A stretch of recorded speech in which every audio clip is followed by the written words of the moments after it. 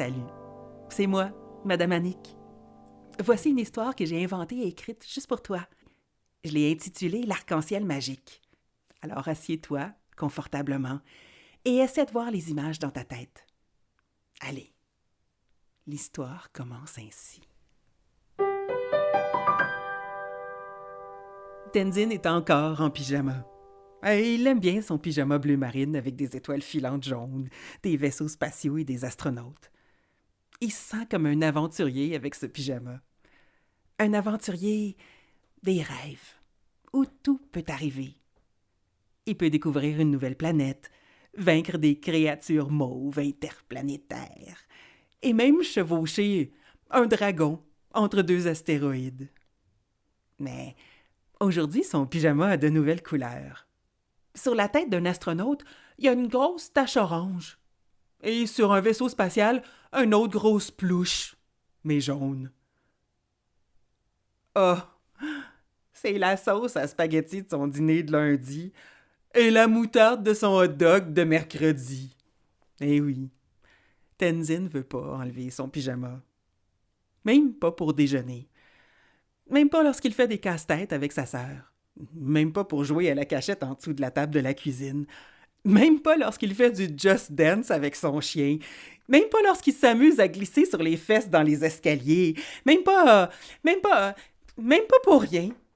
Il l'a pas enlevé depuis 12 jours. Même pas pour aller à l'école.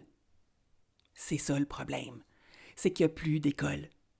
L'école est fermée depuis plusieurs semaines. Personne ne peut y aller. C'est interdit. Et tout le monde en parle à la télévision, à la radio et entre grandes personnes. Il y a un virus qui se promène et essaie de se faire un nid douillet à l'intérieur des gens. Mais ce virus n'est pas commode du tout.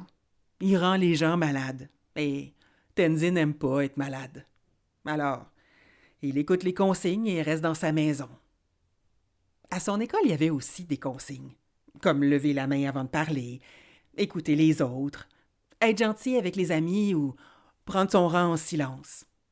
Tenzin n'aimait pas trop suivre les consignes, mais il essayait très fort, pour faire plaisir à son enseignante, à ses parents, mais surtout parce qu'il était fier de lui, lorsqu'il voyait qu'il était capable de les suivre.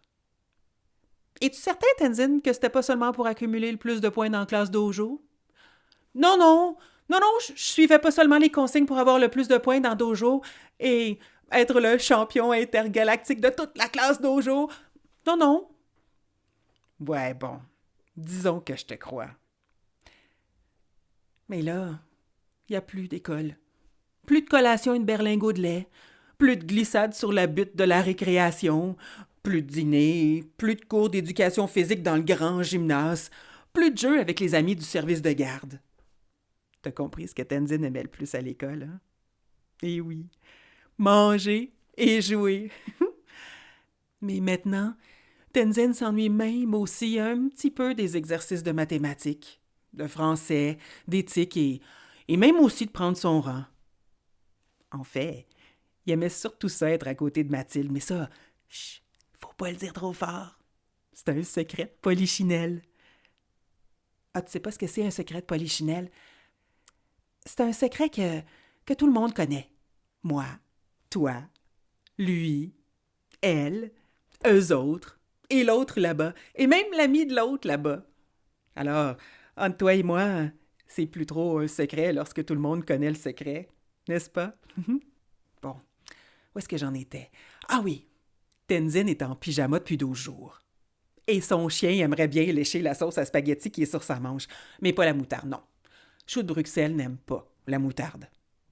Chou de Bruxelles, c'est le nom de son chien, parce qu'il est tout petit et mignon, comme des petits choux de Bruxelles. Tiens, voilà Zoé qui se traîne les pieds. Zoé, c'est la petite sœur de Tenzin. Et elle aussi est en pyjama. Ben ça alors. Mais qu'est-ce qui se passe avec vous deux? Je sais pas quoi faire. Ouais, c'est ennuyant. J'ai joué avec tous mes jeux. Je sais plus quoi faire. Mais vous êtes pas content de pas avoir d'école? Moi, j'aime ça, l'école. Et je voudrais voir mes amis. Moi, j'étais contente de pas aller à l'école la première journée que c'était fermé. C'était comme une journée de congé lorsqu'il y a une tempête de neige. C'était super extra excitant. C'était aussi plaisant le lendemain, puis l'autre lendemain, et l'autre lendemain. Mais après tous ces jours, je commence à m'ennuyer. Tiens, au lieu de tourner en rond, vous pourriez faire un dessin. Oui, un beau dessin d'un arc-en-ciel et l'accrocher devant la fenêtre. Tenzin et Zoé ont alors fouillé partout dans leur maison pour dénicher tous les crayons et la peinture qu'ils pouvaient trouver. Les crayons de bois, les crayons de feutre, les crayons de cire, les pots de peinture acrylique, les pots de gouache, les pastilles de peinture à l'eau et même les petits pots de vernis à ongles rouges de leur mère. Ils ont tout utilisé, même le crayon jaune tout petit, extra minuscule rabougri que Tenzin avait mâchouillé l'autre jour et qu'ils ont trouvé en passant leurs mains à l'intérieur du sofa du salon. Et ils ont fait le dessin d'un arc-en-ciel. Ah oui, mais un dessin énorme, gigantesque, colossal, monumental, hippopotamesque. Oui, je dirais même girafesque, éléphantesque, diplodocus-esque, tyrannosauresque. Cet arc-en-ciel allait du plancher jusqu'au plafond. Il recouvrait presque tout le mur de leur chambre. Zoé avait grimpé sur un grand tabouret pour dessiner le rayon rouge, parce qu'elle aime bien le rouge. Et le rose, c'est sa couleur préférée, mais il n'y en a pas dans les arcs-en-ciel. Et puis Tenzin avait ajouté les rayons orange, jaune, vert, bleu et indigo. Il restait plus que le violet à terminer. Et c'est alors qu'au moment où Tenzin finissait de colorier le violet, que les couleurs se mirent à scintiller, à chatoyer, à onduler. C'était comme si les couleurs prenaient vie et devenaient magiques. Elles étaient si brillantes que Tenzin plissa ses yeux immédiatement et recula de quelques pas. Mais Zoé, elle, avait les yeux bien écarquillés. Le rouge était devenu si étincelant qu'il semblait l'ensorceler. Elle était complètement éblouie par ce rouge éclatant, comme hypnotisée. Elle s'approcha avec fascination de l'arc-en-ciel et toucha du bout des doigts l'arc rouge. Comme par enchantement, ses doigts devinrent brillants. Elle pouvait les passer à travers le mur. Elle mit alors toute sa main, puis son bras, qui se mirent à briller. Eh mais qu'est-ce qui se passe avec Zoé? Elle va rentrer dans l'arc-en-ciel. Tenzin, arrête-la! Attrape son autre bras! Zoé, non, arrête! Tenzin court vers sa sœur, lui attrape la main et tire de toutes ses forces. Il essaie de la retenir tant bien que mal, mais ses pantoufles en forme de dinosaure glissent sur le plancher et boum! Il tombe sur les fesses et Zoé disparaît complètement dans le rouge de l'arc-en-ciel. Sans faire ni une ni deux, Tenzin se relève, recule pour prendre un élan et fonce tête première dans le mur. Au dernier moment, il saute le plus haut possible dans le rouge. Swoosh! Il a traversé le mur. Qu'est-ce qui se passe? Tenzin? Zoé? Tenzin? Zoé? M'entendez-vous? You! Répondez! Bon, on peut pas rester ici sans rien faire, sans savoir s'ils sont sains et saufs de l'autre côté du rouge. Je vais essayer de passer le bout de mon petit doigt. Ça chatouille. Ça fait une drôle de sensation. Et si je passais ma tête? Juste pour voir. Oh!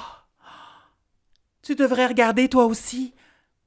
C'est un autre monde. Une autre dimension. Qui sont drôles, les gens. Oh! Regarde tout en haut! Ce qui vole! Mais ça vole pas, ça, d'habitude. Waouh! Les paysages. C'est magnifique. Mais complètement surprenant. Et étrange aussi. J'ai jamais vu ça auparavant. Comme c'est curieux, cet endroit. Mais qu'est-ce que je vois là-bas? Et qui s'en vient vers moi? C'est trop bizarre. Rigolo. Sens-tu? Ça sent bon. Mais ça n'a pas l'allure d'un gâteau, ni d'un muffin, ni d'un biscuit, ni d'une tarte. On dirait que c'est tout droit sorti d'un manuel de maths. Ça a la forme d'une pyramide à base rectangulaire, ou plutôt d'un prisme à base étoilée, ou peut-être un cylindre à base lunaire. En tout cas, ça sent bon. Je me demande si je peux y goûter. Ah, juste un petit bout. Ça, c'est trop génial! Allez, viens-tu? Tenzin! Zoé! Hé! Hé, attendez-moi! J'arrive!